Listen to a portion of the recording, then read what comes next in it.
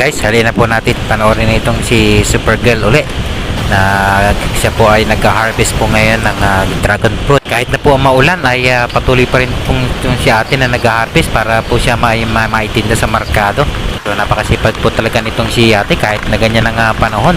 Tuloy pa rin siya sa paghahanap buhay para siguradong may kita siya. Dito nga ay puno na yung kanyang mga basket na kanyang dadali na sa bangketa. At ito ay papasanin na niya ito ng mano-mano. So mukhang medyo malayo itong pinagkuhanan ni ate ng kalakal niya kaya maglalakad pa siya ng malayo.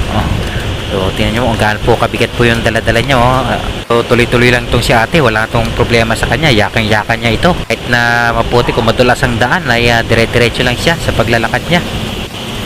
Ayan po, at patuloy po natin subaybayan itong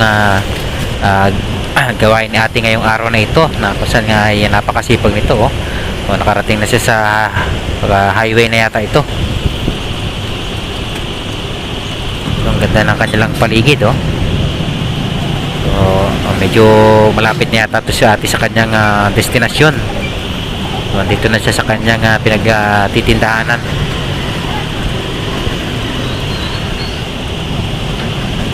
Ipabanan na ni ate. Tingnan nyo naman guys kung gaano po kabilis itong magtinda si Supergirl. At ilalapag na niya o ilalatag na niya ito.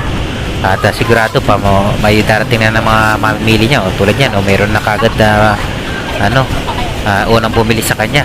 At sigurado yan, sunod-sunod na yung kanyang mga mamimili na darating. Basta na umpisa na, sigurado tuloy-tuloy na ito hanggang sa maubos yung paninda ni itong si Supergirl.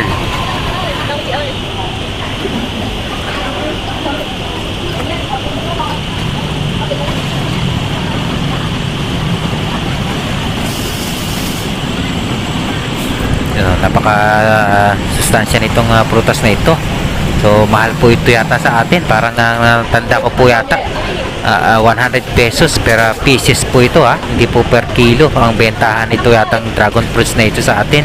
Kaya itong pong si ate yata ay per piraso din yung kanyang benta, parang wala siyang ginagamit sa timbangan per piraso talaga itong bentahan itong prutas na ito. So bibihira po kasi itong mga prutas na ito, hindi ito masyadong available sa mga palengke na mabibili mo basta-basta.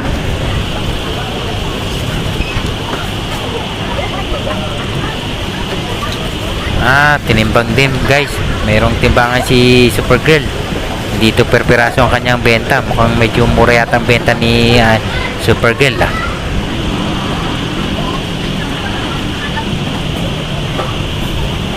Yan, at mayroong mag-iina na bumili. At yung isang bata gustong gusto siyang tulungan yata sa pagtitinda nitong si little boy.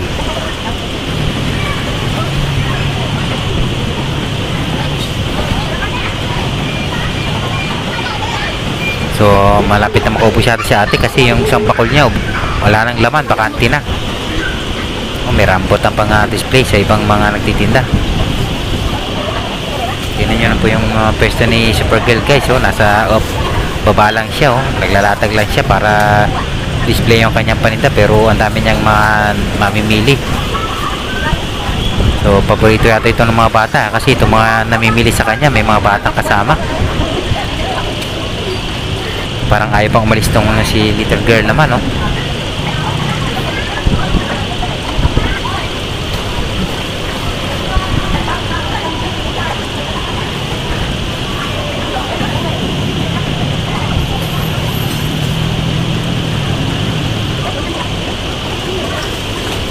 Kita-kita nyo naman po patuloy na pagbibenta ni Supergirl. Di siya halos maubusan ng mamimili.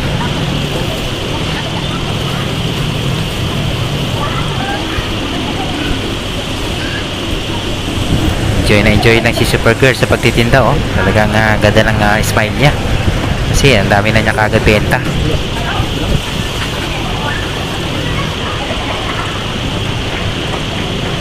Walang problema itong si Supergirl kahit na anong oras siya magtinda ay nakakabenta siya kagad. Parang bumalik yata itong si little boy, kasama na niya ngayon nagtitinda.